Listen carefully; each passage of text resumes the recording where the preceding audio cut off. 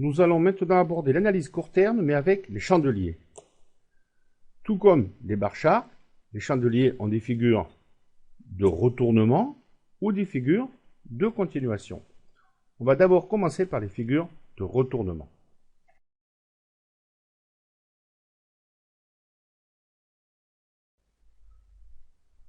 La première figure qu'on va étudier est le marteau.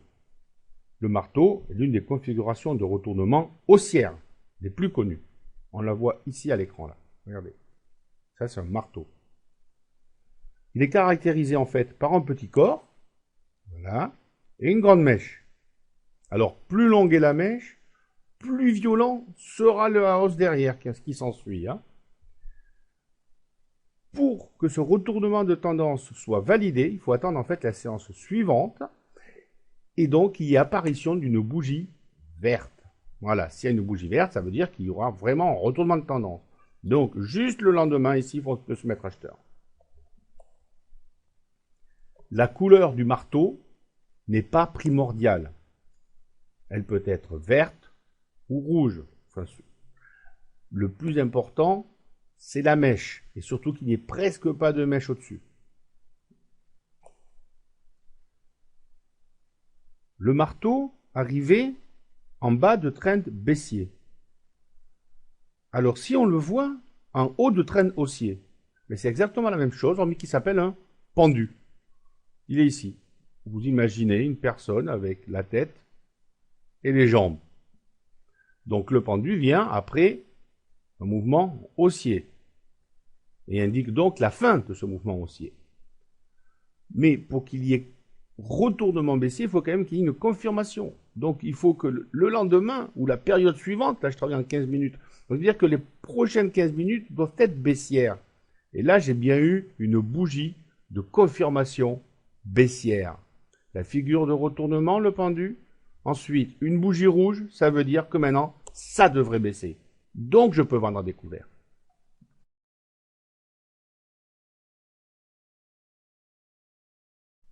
Il existe une autre figure de retournement qui s'appelle l'avalement, ou engulfing en anglais. L'avalement peut être haussier ou l'avalement peut être baissier. Je vous ai mis les deux cas à l'écran. À gauche, c'est Air Liquide en 5 minutes. Et à droite, c'est Alstom sur un jour. Comme ça, vous pouvez voir que ça marche aussi sur plusieurs périodes de temps différentes. Air Liquide connaît depuis un jour et demi une baisse continue. Mais cette baisse s'est arrêtée avec un avalement haussier ici. Vous voyez? En fait, il y a deux bougies de couleurs différentes. Et la deuxième, donc là, est verte et mange la première. Elle enferme la première dans son corps.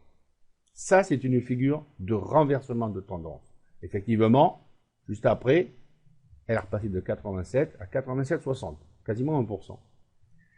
Inversement, Alstom, un journalier, donc sur une période plus longue, est monté depuis pas mal de temps, et la hausse s'est arrêtée par un avalement baissier. Ça s'appelle aussi un renversement de sommet. Un renversement de sommet. En fait, il y a une grande bougie rouge qui mange, qui englobe la bougie verte précédente. C'est un renversement de tendance. C'est ça l'avalement baissier.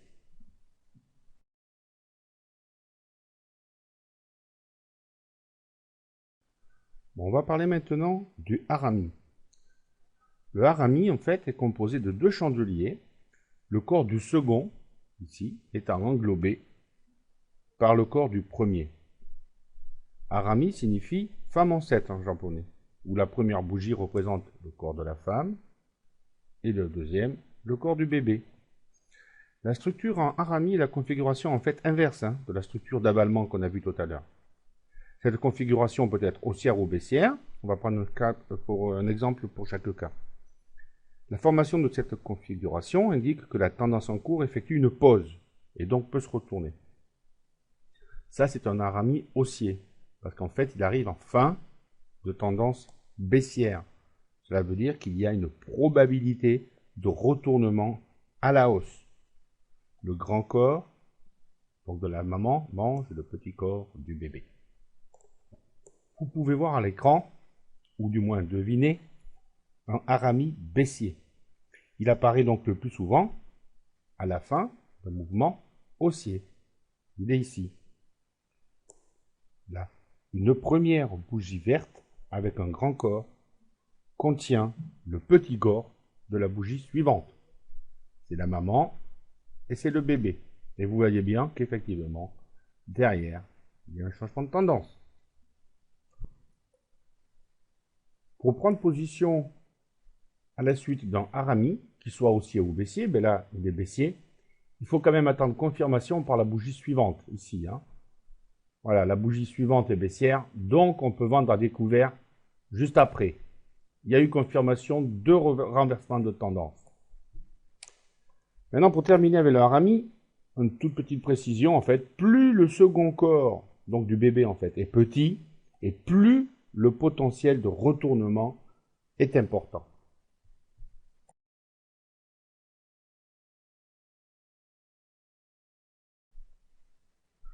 Nous allons voir maintenant une autre figure de retournement baissier, qui s'appelle la couverture en nuage noir, ou aussi appelée pénétrante baissière.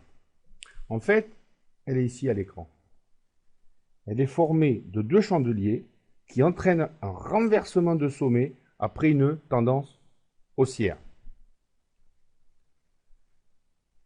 La première bougie, qui possède un corps vert assez grand, on va dire, est suivie d'une bougie au corps rouge important.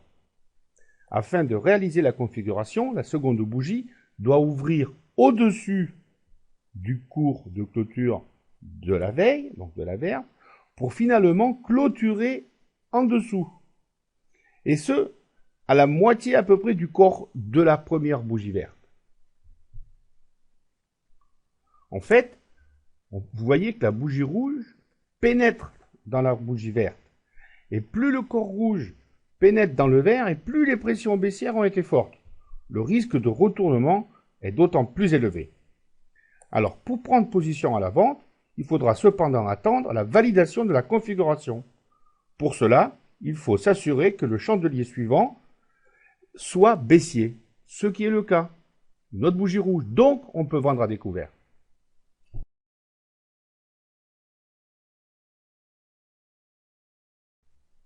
Il existe exactement la même figure, mais cette fois-ci en bas de traîne baissier. Cette figure s'appelle la bougie d'éclaircie, ou alors la pénétrante haussière. Elle est ici. Vous voyez, formée par ces deux bougies-là. La bougie d'éclaircie est constituée d'un premier chandelier à corps rouge et d'un second chandelier à corps vert. La bougie verte doit ouvrir en dessous du plus bas, donc de la veille, et puis pénétrer dedans et clôturer surtout au-dessus de la moitié du corps rouge de la première bougie. Pour se positionner sur une telle figure, il faudra quand même attendre qu'il y ait confirmation. Vous avez vu, le lendemain, il n'y avait pas vraiment confirmation, mais le surlendemain, il y a une belle bougie verte. On peut tenter un achat.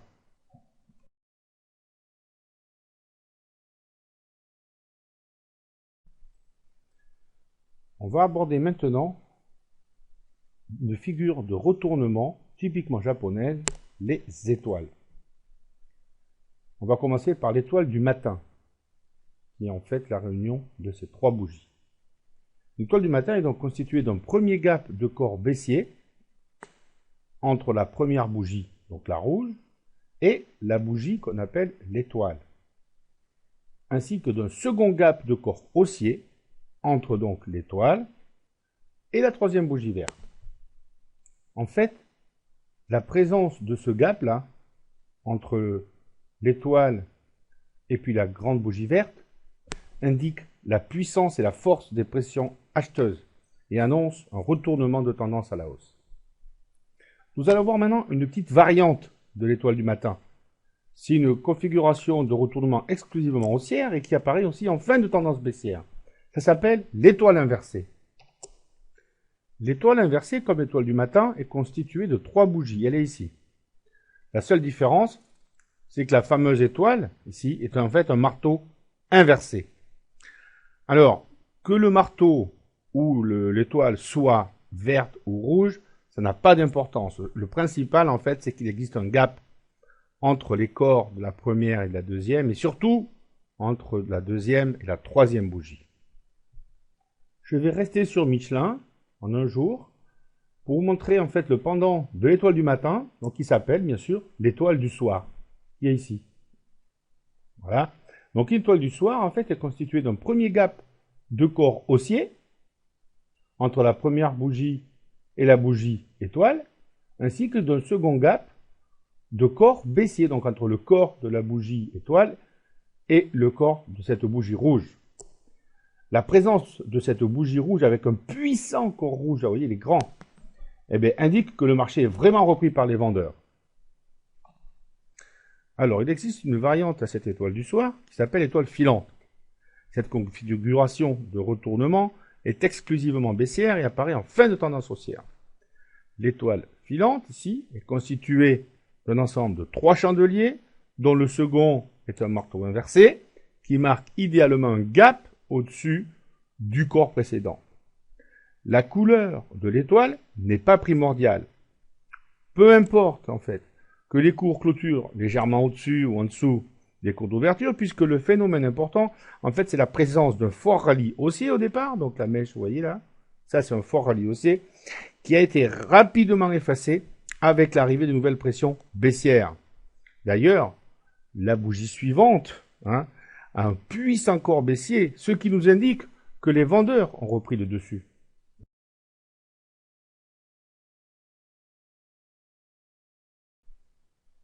On va terminer ces figures de retournement en chandelier avec ce qu'on appelle les doji.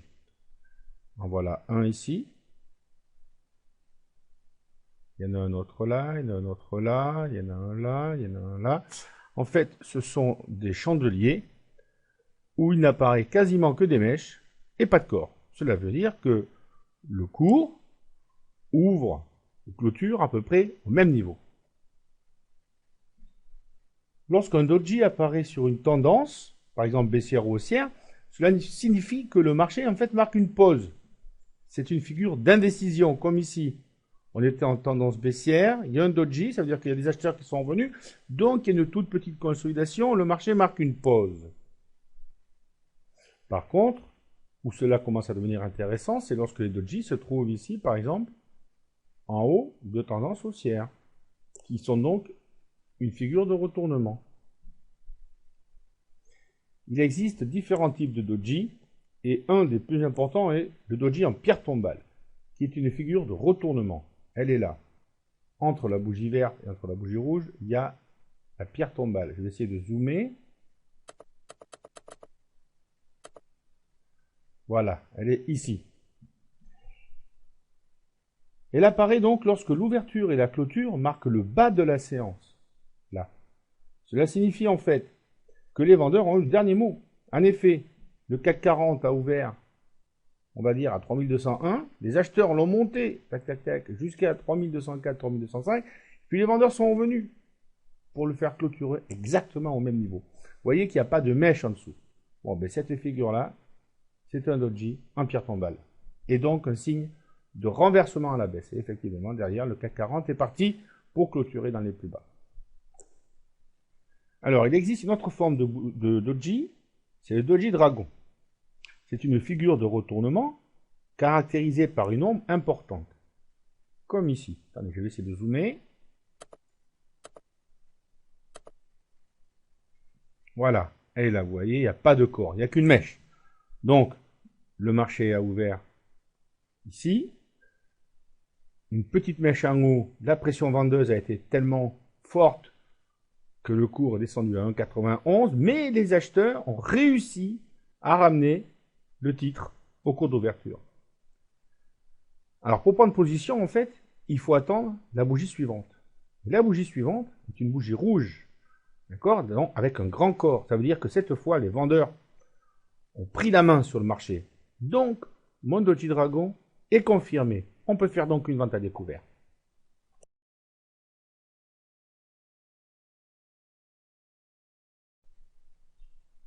En ce qui concerne les configurations de continuation, nous allons d'abord regarder les 3 soldats blancs. Les 3 soldats blancs, en fait, est une figure composée de 3 chandeliers verts qui enregistrent des clôtures haussières, comme ici. Voilà. La figure de ces 3 soldats illustre en fait une hausse progressive dans la mesure où chacune des 3 bougies ouvre à l'intérieur ou à proximité du corps de la bougie précédente, et la clôture de chaque bougie s'effectue au-delà d'un plus haut. La configuration la plus commune, en fait, est représentée par ces 3 chandeliers avec des corps assez importants et des ombres de toute petite taille, comme là, ou alors comme là, quasiment inexistantes. Donc ça, c'est une figure de continuation de tendance. Ça veut dire que la hausse va se poursuivre. En effet, un chandelier vert comme ça, sans ombre, signifie que les pressions haussières ont fortement dominé la séance. Hein. L'action termine toujours au plus haut. Donc, ça devrait aller plus haut.